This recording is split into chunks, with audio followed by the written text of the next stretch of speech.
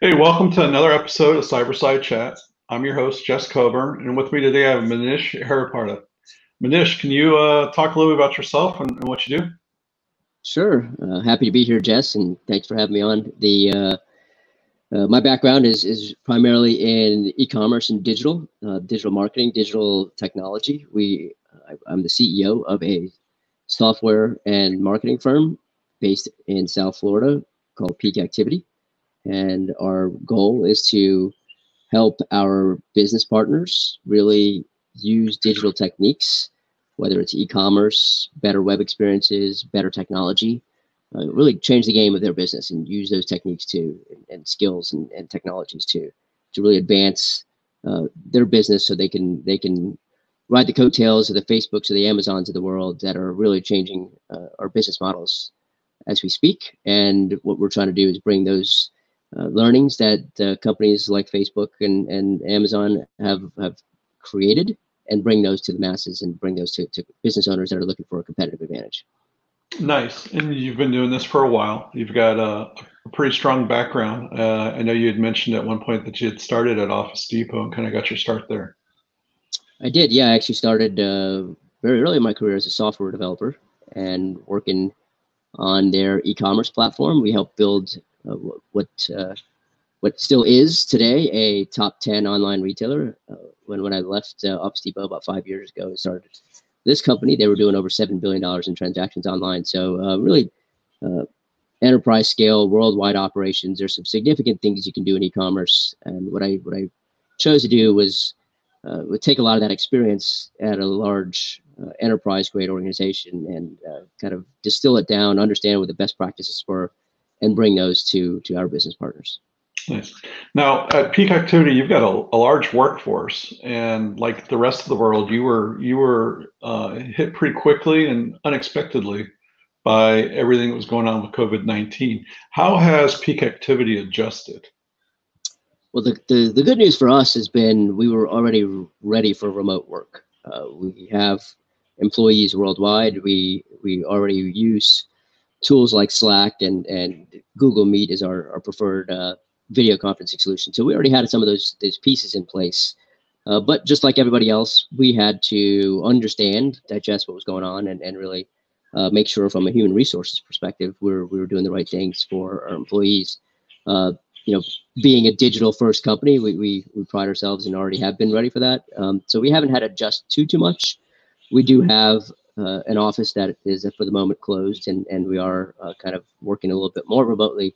But the good, fortunately for us, we've already had relationships with our customers that were already over email and over Slack channels and uh, other digital techniques. So we've already kind of plumbed everything, and now it's really just been helping our customers or business partners get up to speed on things.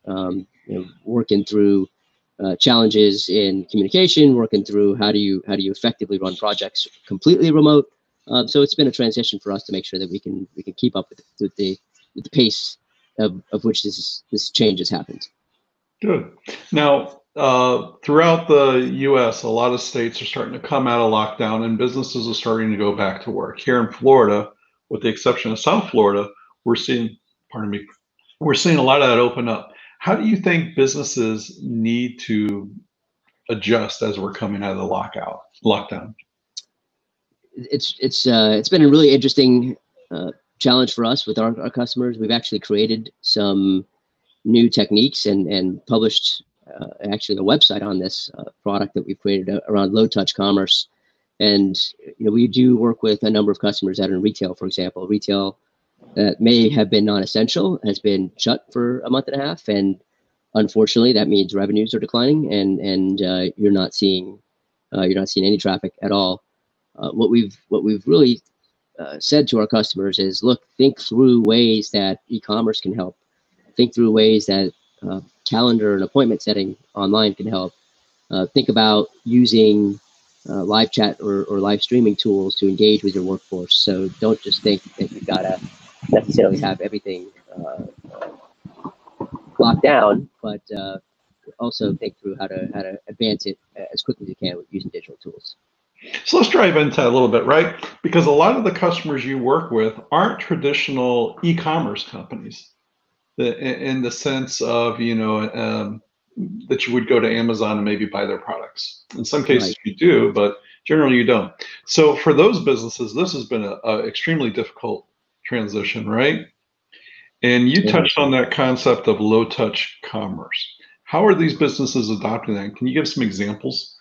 Sure. So we have a number of furniture retailers that we work with, and furniture traditionally has been the last industry to get into buying online and using e-commerce. However, there are uh, companies, for example, Wayfair that and Amazon have really taken a lot of share in this market. And it's a complex product to deliver. It's a complex product to sell. You have to think about how do you visualize your room, and how do you want to know that that sofa that you're buying is going to fit, and how do you feel like it's going to match the surroundings. But if you also think about the fact that we all have a smartphone and we have devices in our pocket that let us take photo, videos, have live streaming with somebody who is an expert. And so the things we've really thought about have been, if you're comfortable going into a retail store, go ahead and try to make an appointment, go into to see a sales associate. That's your best expert, right? If you're not comfortable, try to get your expert on a device that most people are already leveraging and having communication streams with. And take advantage of live streaming tools, take advantage of a lot of SaaS software products that are out there that will enable you to have a new way of communicating and capturing revenue. If you think about payments with e-commerce, you have the ability with tools, simple solutions like Stripe or Authorize.net to set up credit card processing, PayPal. There's great solutions out there. You don't have to build all this in e-commerce infrastructure like you might have 10 or 15 years ago. So that's a great example, right? A lot of businesses don't realize in the past, if you wanted to get a merchant account and sell online, you had to jump through all kinds of hoops. With Stripe, PayPal, and these services, you're set up like that and you're online and you're ready to go. Right. And if it's implemented correctly, it's secure. And you're Absolutely. good with that. The other thing, the other thing that you pointed out there that's really important, I think a lot of businesses lose track of, is you don't have to reinvent the wheel. Yep. You can reuse what's off the shelf software and move quickly and be agile in this time. A great example of that is when you shared with me with one of your customers where they work off of that showroom and they've set up kind of the appointment thing, and you guys came up with that idea for them. We did, and really our idea was to go and just research, and fortunately for us, we've been researching these for a few months already. We've already been a little bit ahead of the ball there, but our idea was to research open source tools or openly available tools. You sign up for a license and you're ready to book appointments. You sign up for a live streaming service, you're ready to have face-to-face interaction. The economy in the digital world today is as much buy and assemble as it is build, right? So you don't have to have a bunch of software developers working nonstop for 6 months to assemble something. You go a couple clicks and sign up and you're in business. And that's a lot of the advice that we're providing to our customers is, let's find the right tools and solutions. They may not be perfect. You don't want to let great get in the way of good, but at least you're in business and you're seeing 10, 20, 30% of your revenue come back right away while we wait for the curve to flatten and we get back into the what the new normal would be, which will take some time. Yeah, that concept of just-in-time execution is really important, and a lot of people lose that. You get paralyzed by looking at the little details and trying to get it just right. I want to take a quick break here and just mention that we are live on Facebook and YouTube, and we did it kind of impromptu, going live. I appreciate you jumping on with me like that. Because we're live, I'd appreciate anyone that's there. If you're seeing the stream and everything's working good, give us a like and make sure it's there. And I wanted to point out that you can ask questions. So if you have a question of Manish, just leave a comment and we can respond to that here live. So Manish, when I started Applied Innovations, I started it focused on e-commerce. I don't know if we ever had that conversation, but that was kind of my thing, is that I saw a real need and a real opportunity around e-commerce.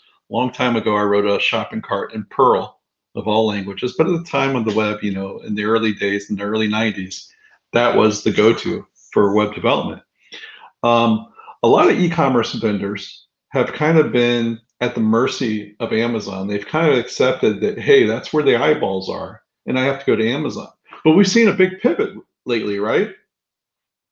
So I know with a lot of our customers, we're seeing a lot of these e-commerce customers move to either Amazon Prime, where it's fulfilled by the seller, and they're capitalizing on that. They're seeing an increase in their fulfilled by merchant sales, but more importantly, they're seeing a huge increase in direct sales. What should these merchants be doing today that they're seeing that pivot and that change?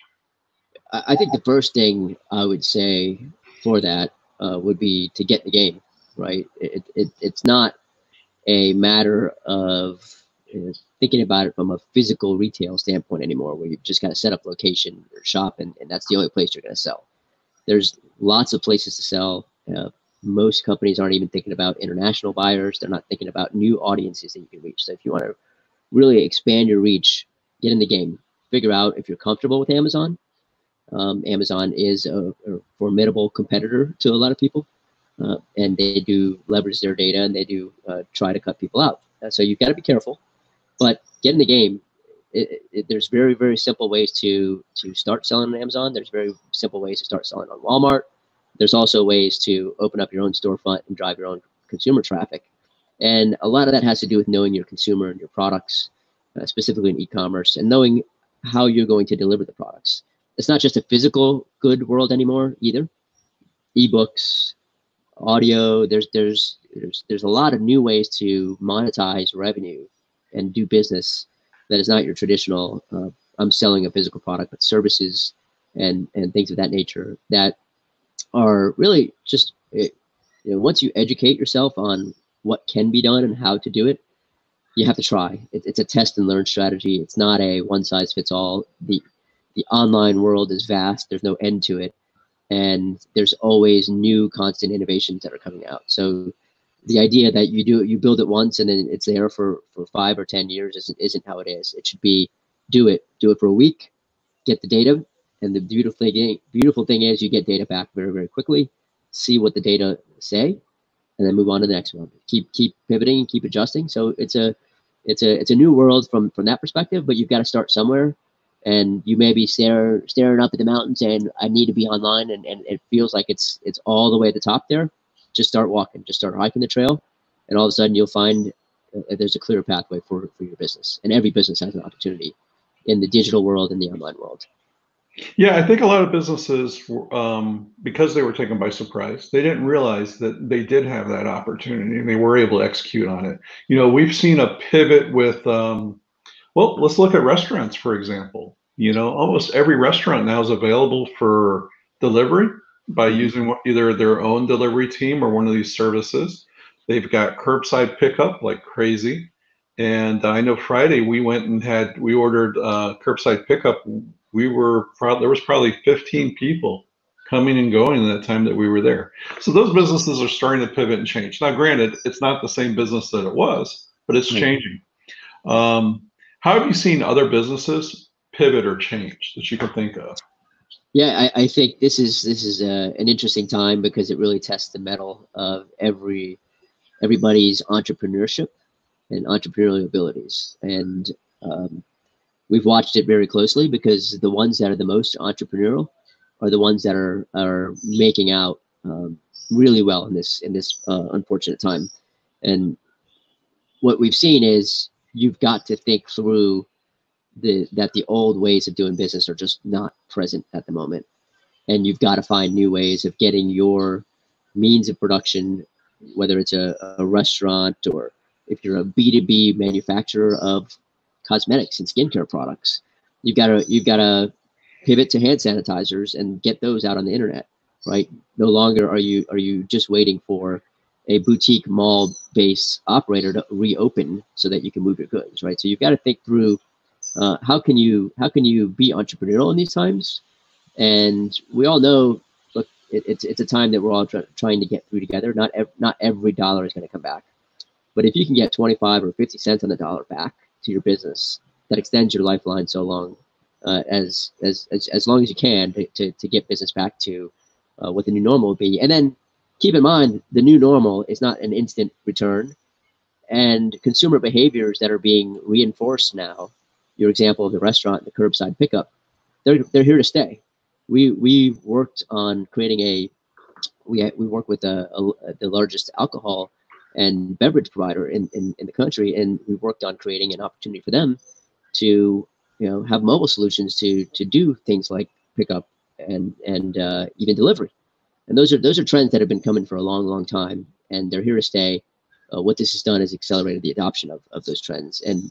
And if you're entrepreneurial, if you we're not talking about millions of dollars investments. You can get in for as little as $100, $200 a month, and you can be in the game, and you start learning as quickly as possible.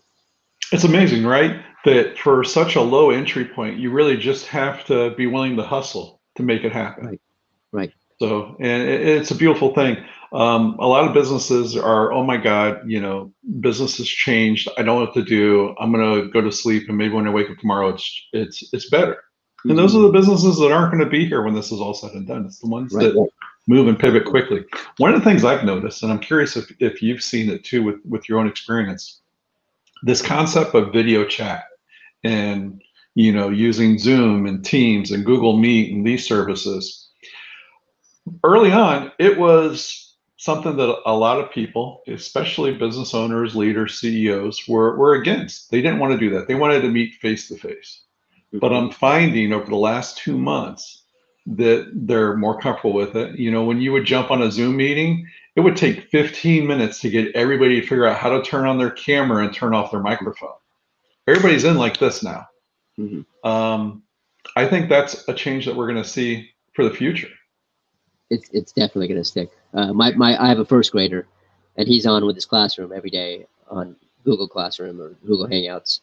And they're all muting appropriately, and so we're teaching our next generation exactly how to do this. And look, there's still a great value to face-to-face business. We believe in it. We actually miss it quite a bit.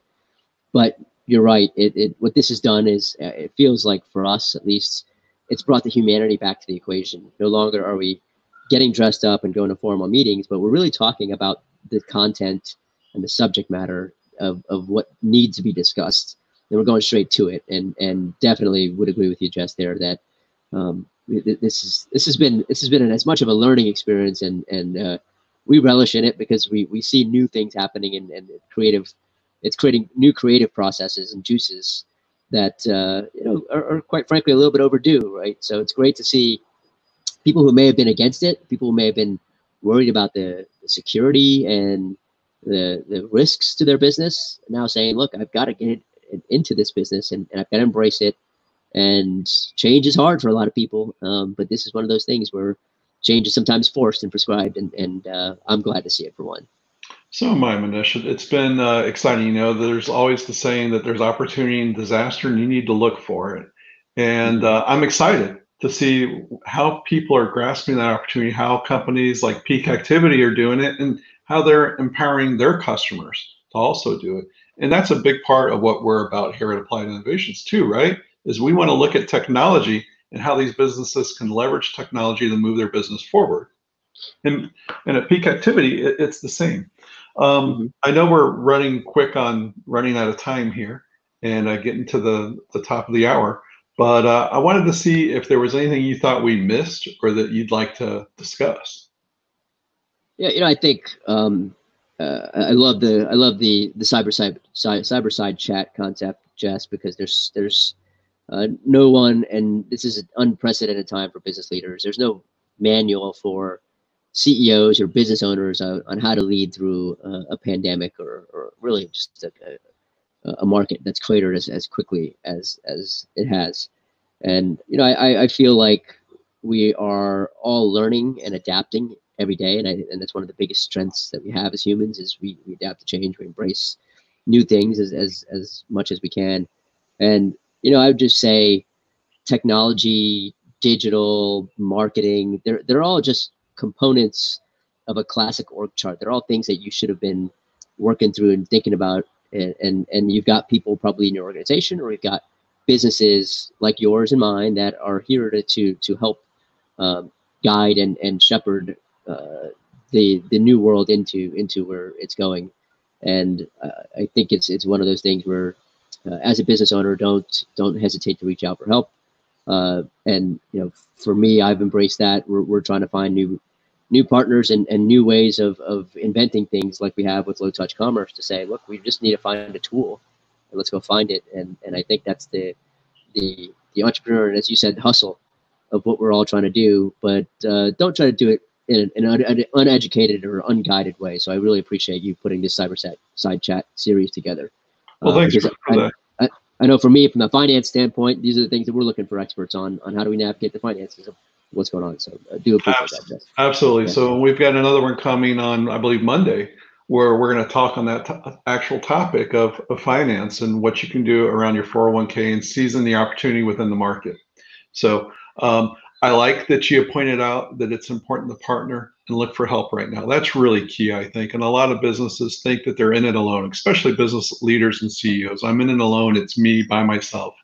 And that's not the case. Now's the time to reach out to the tribe, to, even your competitors, your friends, people in other industries, and look for that help. That's one of the reasons why we started the Facebook group, Florida businesses helping each other, was for that reason. So, and I'll include a link in that. Nish, before we end, you want to share your contact information? Sure. If you just want to go to Peak Activity, PEAK, activity.com, you can fill out any of the contact forms there, or you can email me directly, MANISH @peakactivity.com.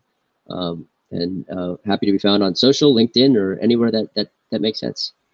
Yep. And to answer Linda's question, absolutely, this will be recorded. It's recorded and it'll be available online on the South Florida Businesses Helping Each Other website, as well as the Cyberside chat forward.